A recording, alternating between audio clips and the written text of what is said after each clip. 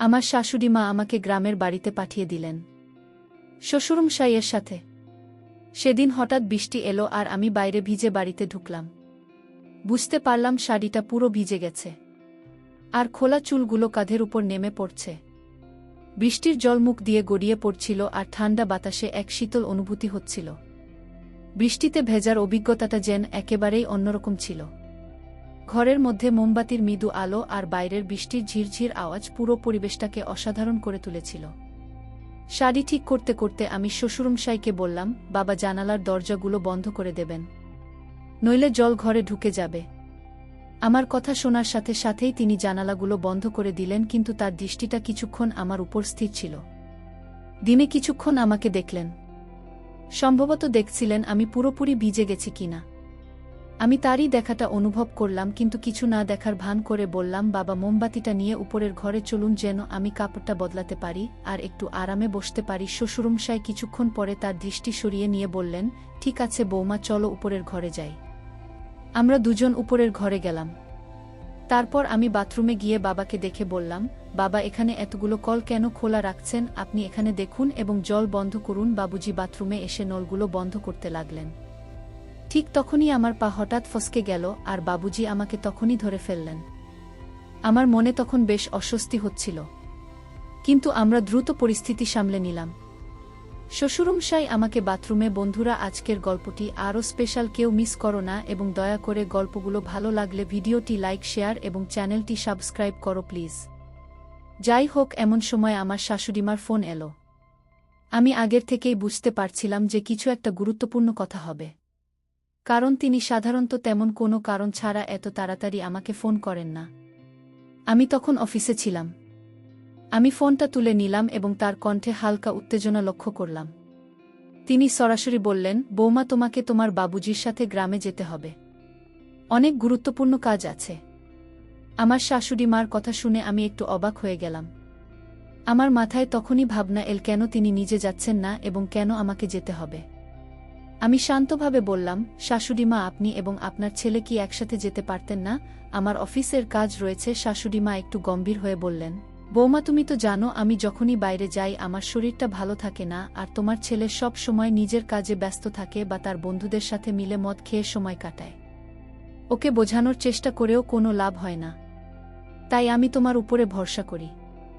বৌমা, তার কথা একটা সত্যতা ছিল। আমার ছেলে সত্যিই তার বন্ধুদের সাথে সময় কাটাতে বেশি পছন্দ করতেন, আর বাড়ির কাজের ব্যাপারে তার কোনো আগ্রহী ছিল না।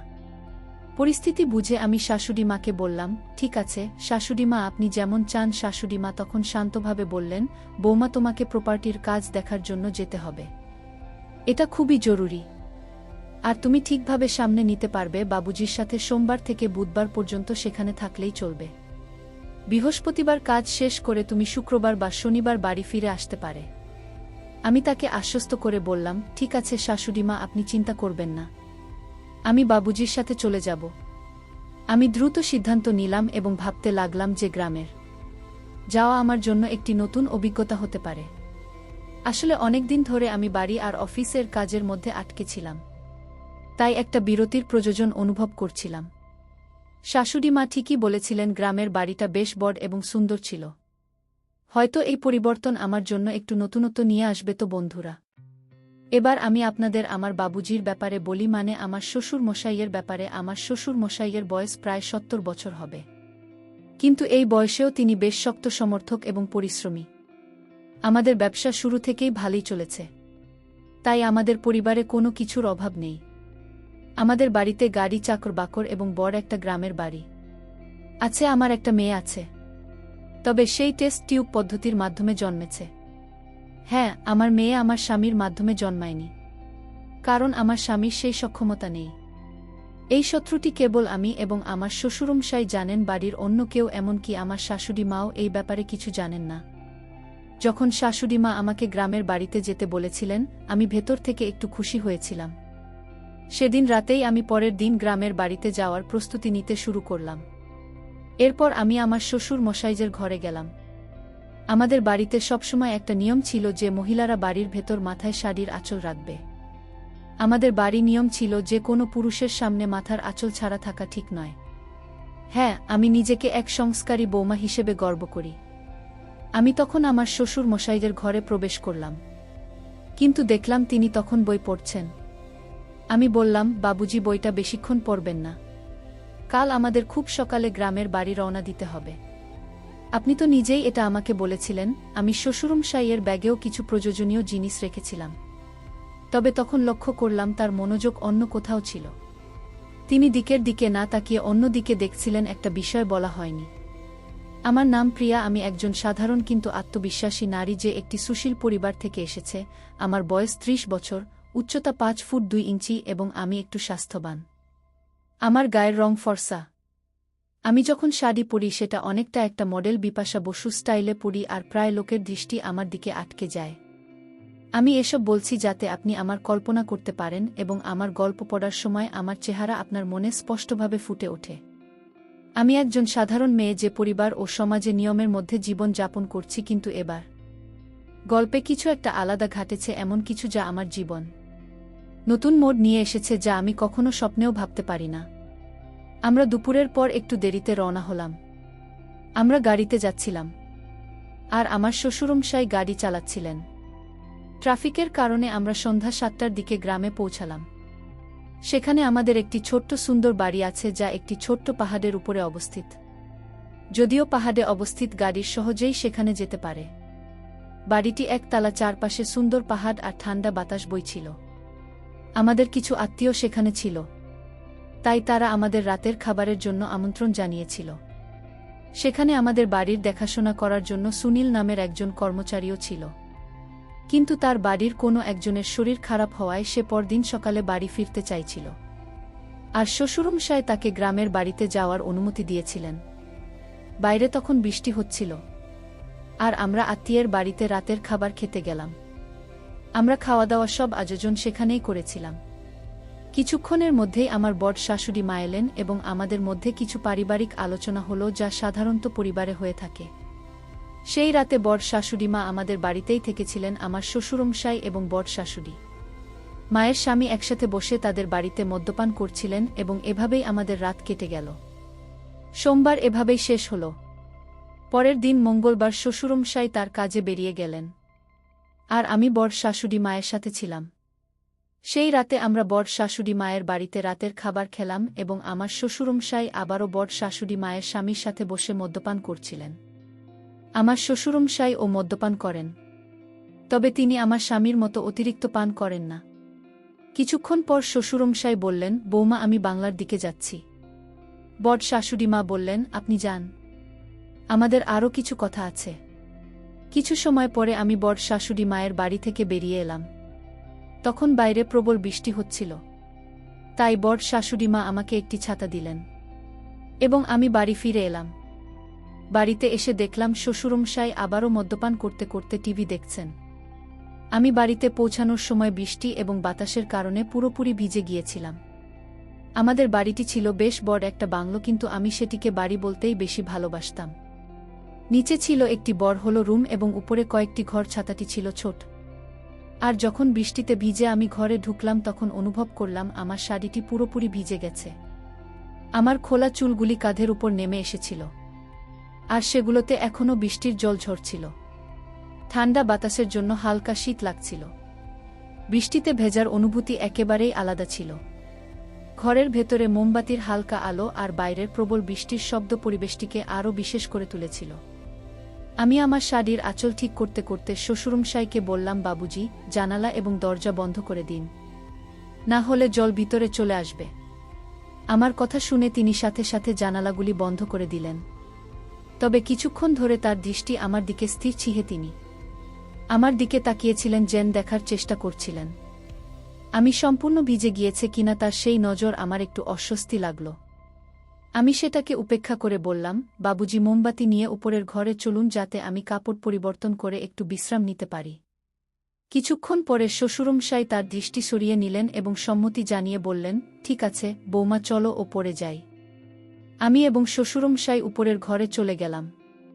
এরপর আমি বাথরুমে ঢুকে বললাম, বাবুজি, এখানে এতগুলো পানির টব কেন খোলা আছে? আপনি একটু দেখুন এবং এগুলো বন্ধ করে দিন, না হলে এভাবে পানিগুলো অপচয় হচ্ছে। শ্বশুরমশাই বাথরুমে এলেন এবং ট্যাপগুলো বন্ধ করতে শুরু করলেন। কিন্তু হঠাৎ করেই শাওয়ার চালু হয়ে গেল। আর আমি আবারও ভিজে গেলাম। আমি তখন নীল শাড়ি পরেছিলাম আর মাথায় আঁচলটাও ছিল। দেখলাম শ্বশুরমশাই নির্ভয়ে আমার দিকে তাকিয়ে আছেন, যেন ভয়ে আছেন। আমি কিছু বলি কিনা বৃষ্টির জন্য আমার শাড়িটি পুরোপুরি ভিজে গিয়েছিল। আর তিনি আমার দিকে এক দৃষ্টিতে তাকিয়েছিলেন। একদিন এরকমই হয়েছিল, আমার শ্বশুরমশাই প্রায় বন্ধুদের সাথে বাইরে ঘুরতে যেতেন। তার সিগারেট খাওয়ার অভ্যেসে ছিল। একদিন সকালে আমি দোকানে গিয়েছিলাম। তখনও বৃষ্টি হচ্ছিল। আমি যথারীতি মাথায় শাড়ির আঁচল নিয়ে বেরিয়েছিলাম। আমি খুবই পরম্পরাগত মানসিকতার বুক ছাতা নিয়ে দেখলাম শ্বশুরমশাই রাস্তার পাশে দাঁড়িয়ে আছেন। আমি ছাতাটি তার দিকে বাড়িয়ে দিলাম।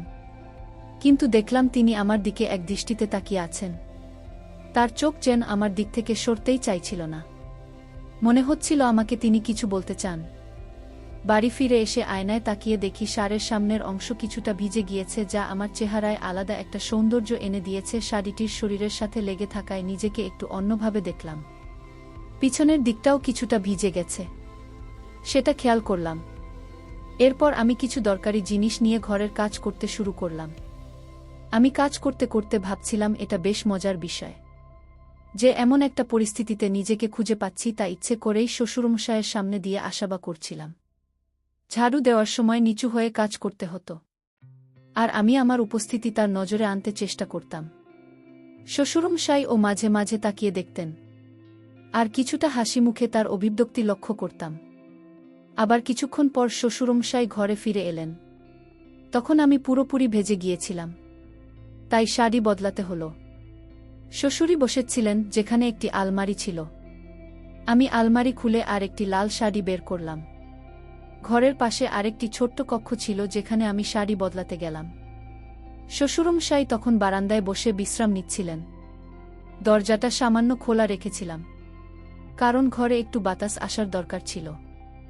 আমি শাড়ি বদলাতে শুরু করলাম, আর শাড়ির ভাঁজ খুলতে খুলতে চুরির হালকা আওয়াজ হচ্ছিল। শ্বশুরমশাই ও বাইরে বসেছিলেন, তবে তার উপস্থিতি তেমন গুরুত্ব দিচ্ছিলাম না। আমার শাড়ি বদলানোর সময় আমি পুরোপুরি নিজের কাজে মনোযোগ দিচ্ছিলাম, যদিও ঘরের পরিবেশে একটা অন্যরকম মৃদু অস্বস্তি টের পাচ্ছিলাম। কিন্তু এটিকে খুব সাধারণভাবে নিলাম এবং কাজ চালিয়ে গেলাম। আমি লক্ষ্য করছিলাম বাবুজি তখন বারান্দায় বসে বিশ্রাম নিচ্ছিলেন। আমি বুঝতে পারছিলাম যে তিনি আমার কিছু কাজ খেয়াল করছিলেন। তিনি ধুতিটা কিছুটা ঠিক করছিলেন। ঘরটি কিছুটা অন্ধকার ছিল, তবে মোমবাতির নরম আলো ও ঘরের পরিবেশকে একটু আলাদা করে তুলেছিল। আমি ধীরে ধীরে শাড়ি বদলাতে শুরু করলাম, যদিও শাড়ি পুরো শরীরকে সহজেই ঢেকে নিতে পারে। আমার মনে হচ্ছিল এটি যথাযথভাবে জড়িয়ে নিতে সময় লাগছে। আমার আর বাবুজির মধ্যে বেশ কিছুটা দূরত্ব ছিল, প্রায় 12-15 ফুট। তিনি সোফায় বসে বাইরে তাকিয়েছিলেন এবং আমি আমার কাজ নিয়ে ব্যস্ত ছিলাম। আমি আমার চপ্পলের বোতাম খোলার চেষ্টা করছিলাম, যে বেশ শক্ত হওয়ায় খুলতে কিছুটা সময় লাগছিল। অবশেষে অনেক চেষ্টা করে বোতামটা খুলতে পেরেছি। বাবুজি তখন ধুতিটা একটু ঠিক করছিলেন এবং তার সামান্য নড়াচড়া ঘরের অন্ধকারের মধ্যেও আমি দেখতে পাচ্ছিলাম। আমি চপ্পলের শেষ বোতামটা খুলে একটু অন্যদিকে ঘুরলাম। হয়তো তিনি তখন চারপাশে সবকিছু ভালোভাবে লক্ষ্য করতে পারছিলেন, কারণ রাত তখন প্রায় 1টা। আমি বাবুজির দিকে একটু বেশি ঘুরে গিয়েছিলাম। শাড়ি বদলানোর সময় আমার চুরির শব্দ ঘরে প্রতিধ্বনিত হচ্ছিল। শাড়ি পাল্টাতে পাল্টাতে আমি বললাম, বাবুজি, আজ আপনার দিন কেমন কাটল? আজ তো অনেক কাজের মধ্যে ছিলেন মনে হয়। হয়ে পড়েছেন? বাবুজি ধুতির কিছুটা ঠিকঠাক করতে করতে বললেন, হ্যাঁ বৌমা, আজ কাজ অনেক ছিল, কিন্তু আমি ক্লান্ত নয়। এই গ্রামের বাতাসে যেন প্রাণ ভরে দেওয়া যায়। আমি ইতিমধ্যেই আমার শাড়ি পরছিলাম এবং এরপর ধীরে ধীরে বাকি জামা গুছিয়ে নিচ্ছিলাম। সেই সময় আমি বাবুজির সঙ্গে কথোপকথন চালিয়ে যাচ্ছিলাম। ঘরে বিদ্যুৎ ছিল না, তাই আমি একটা মোমবাতি জ্বালিয়েছিলাম, যার আলোতে বাবুজির মুখটা ঠিকভাবে দেখা যাচ্ছিল না। আমি বাবুজিকে বললাম, বাবুজি, মা আর কাকাকে নিয়ে খুব খুব চিন্তায় আছি। বাবুজি বললেন, বোমা, তোমার চিন্তা করার কিছু নেই। আমি বললাম, বাবুজি, গতরাতের মতো আজও বারান্দায় শুইতে যাবেন না? বাইরে আজ অনেক বাতাস আর ঠান্ডা। আমাদের বিছানাটা বড়, আমার সঙ্গে বিছানাতে শুয়ে পড়বেন। আমার কথা শুনে তিনি চুপ থাকলেন, কিছু বললেন না। আমি আবার শাড়ি পরতে শুরু করলাম। মনোযোগ দিয়ে শাড়ির শেষ অংশটা ঠিক করে নিলাম। ঘুরে দাঁড়িয়ে নিজেকে সামলে নিলাম। তারপর হালকা হাসি দিয়ে বাবুজিকে জিজ্ঞেস করলাম, বাবুজি আমার শাড়ি কেমন লাগছে? বাবুজি একটু অবাক হয়ে তাকালেন। আমি আবার বললাম, বাবুজি নতুন শাড়িতে কেমন লাগছে? এরপর আমি বারান্দার দিকে হাঁটতে শুরু করলাম। বাবুজি তখনও সোফায় বসেছিলেন। আমার দিকে তাকিয়ে আমি বললাম, বাবুজি আপনি বারান্দায় আসুন, একটু গ্রামের বাতাস খেতে ভালো লাগবে। বাবুজি কিছুক্ষণ পর বারান্দায় এলেন। আমি তাকে আবার জিজ্ঞেস করলাম, বাবুজি বলুন তো আমাকে এই শাড়িতে কেমন লাগছে? আমি তখন মাথায় পল্লু দিয়ে দাঁড়িয়েছিলাম। বাবুজি বললেন, হ্যাঁ বৌমা, তোমাকে অনেক সুন্দর লাগছে শাড়িতে। এরপর বললাম, বাবুজি আপনার সঙ্গে একটা কথা বলার আছে। বাবুজি বললেন, হ্যাঁ বৌমা, কি কথা? আমি বললাম, বাবুজি আপনার মনে আছে যখন আপনার বন্ধু বা আমার স্বামীর বন্ধুরা আসে, আমি আপনাকে বলি তাদের জন্য চা নিয়ে যান? বাবুজি বললেন, হ্যাঁ বৌমা মনে আছে। আমি বললাম, তারা আমায় এক বিশেষ দৃষ্টিতে দেখে, কিন্তু এতে আমার অনেক অস্বস্তি লাগত। বাবুজি একটু চিন্তিত হয়ে বললেন, বৌমা এভাবে ভাবার কোনো দরকার নেই। আমি হালকা হেসে বললাম, বাবুজি এই বিশ্বাসটা আমাদের মধ্যে থাকুক। আমি জানি আপনি আমাকে কেমন ভাবে দেখেন, এতে আমার কোনো আপত্তি নেই। আপনার দৃষ্টিভঙ্গি আমার ভালো লাগে। আপনি অনেক ভালো মনের মানুষ। কিছুক্ষণ চুপ থেকে বাবুজি বললেন, বৌমা তুমি কি খুশি? আমি হেসে বললাম, বাবুজি এবার আসল কথায় আছি। বাবুজি বললেন, হ্যাঁ বৌমা, কি কথা, সংকোচ করো না, বলো। আমি বললাম, বাবুজি আপনি কি মনে করেন আমি সত্যিই খুশি? হ্যাঁ, আমরা ধনী, আমাদের সব কিছু আছে, গাড়ি বাড়ি টাকা, কিন্তু এরপরেও কি আমি খুশি? বাবুজি বললেন, বোমা তোমাকে খুশি দেখতেই আমার ভালো লাগে, কিন্তু তুমি খুশি নও কেন বলো? আমি একটু চুপ থেকে বললাম, বাবুজি আপনার ছেলে। বাবুজি প্রশ্ন করলেন, আমার ছেলের কি সমস্যা আছে? বললাম। আমি গভীর শ্বাস নিয়ে বললাম, বাবুজি আপনি কি মনে করেন শুধু অর্থ আর সম্পত্তি থাকলেই সুখ পাওয়া যায়? আসল সুখ দাম্পত্য জীবনের। বাবুজি কিছুক্ষণ চুপ করে থেকে বললেন, বোমা তোমার যা বলার আছে খোলাখুলি বলো, সংকোচ করো না। আমি একটু দ্বিধা করে বললাম, আপনার ছেলে এখন আর আগের মতো আমার সঙ্গে সম্পর্ক রাখছি না, আমাদের মধ্যে যে যোগাযোগ ছিল সেটা নেই। বাবুজি স্থিরভাবে শুনলেন। আমি বললাম, আমি জানি বাবুজি, আপনার জীবনেও হয়তো অনেক চাপ আছে, আপনার নিজের জীবনের দায়িত্বগুলো কম নয়। বাবুজি তখনও শান্তভাবে শুনছিলেন। আমি বললাম, আপনাকে সব সময় খুব শান্ত দেখি, কিন্তু আমি বুঝতে পারি আপনারও হয়তো কিছু অনুভূতি আছে যা আপনি প্রকাশ করেন না। বাবুজি আমাকে দেখে একটু নার্ভাস হয়ে পড়লেন। তারপর হঠাৎই গম্ভীর হয়ে বললেন, বৌমা তুমি কেমন কথা বলছো? আমি কখনো এমন কিছু ভাবিনি, আর না তোমাকে সেই চোখে দেখিনি। তুমি তোমাদের পরিবারের মান সম্মান, আর আমি সবসময় তোমার প্রতি শ্রদ্ধা এবং সম্মানের দৃষ্টিতে তাকিয়েছি। আমি একটু ঘাবড়ে গেলাম, কিন্তু আমার কথা চালিয়ে গেলাম। বাবুজি আমি এসব কথা বলছি কারণ মাঝে মাঝে মনে হয় আমরা আমাদের সম্পর্কগুলো নিয়ে খোলাখুলি কথা বলতে পারি না।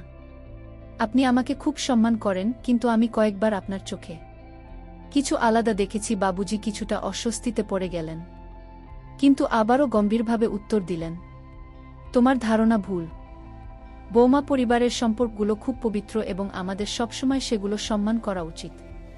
তোমার এমন কিছু ভাবার প্রয়োজন নেই। যদি তোমার কখনো এমন অনুভূতি হয়ে থাকে, আমি তার জন্য ক্ষমা চাই, কিন্তু আমার উদ্দেশ্য কখনোই এমন ছিল না। আমি বাবুজির কথায় সত্যতার ছোঁয়া পেলাম।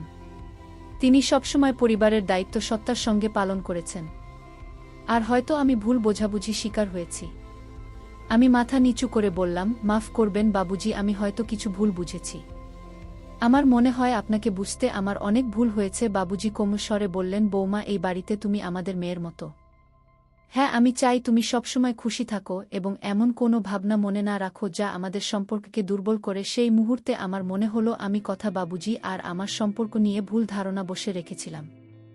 আমি নিজেকে প্রতিজ্ঞা করলাম, ভবিষ্যতে আমি কখনো এমন কিছু ভাব না এবং সবসময় পরিবারের সম্পর্কগুলোকে সম্মান দেব। সম্পর্কগুলোর মধ্যে সত্তা ও খোলামেলা কথোপকথন অত্যন্ত গুরুত্বপূর্ণ। যদি আমরা আমাদের ভাবনা ও অনুভূতিগুলো নিঃসংকোচে ভাগ করি, তখনই সম্পর্কের ভিত্তি মজবুত হয়। যে কোনো সম্পর্কের শক্তি নির্ভর করে আমরা একে অপরের প্রতি কতটা সৎ এবং আন্তরিক। কখনো কখনো আমরা আমাদের ভাবনা ও অনুভূতিগুলো লুকিয়ে রাখি, যা ভুল বোঝাবুঝি সৃষ্টি করতে পারে। যখন আমরা কারো প্রতি আগের থেকেই কোনো ধারণা বা মত তৈরি করি, তখন বাস্তবতা থেকে দূরে সরে যাই।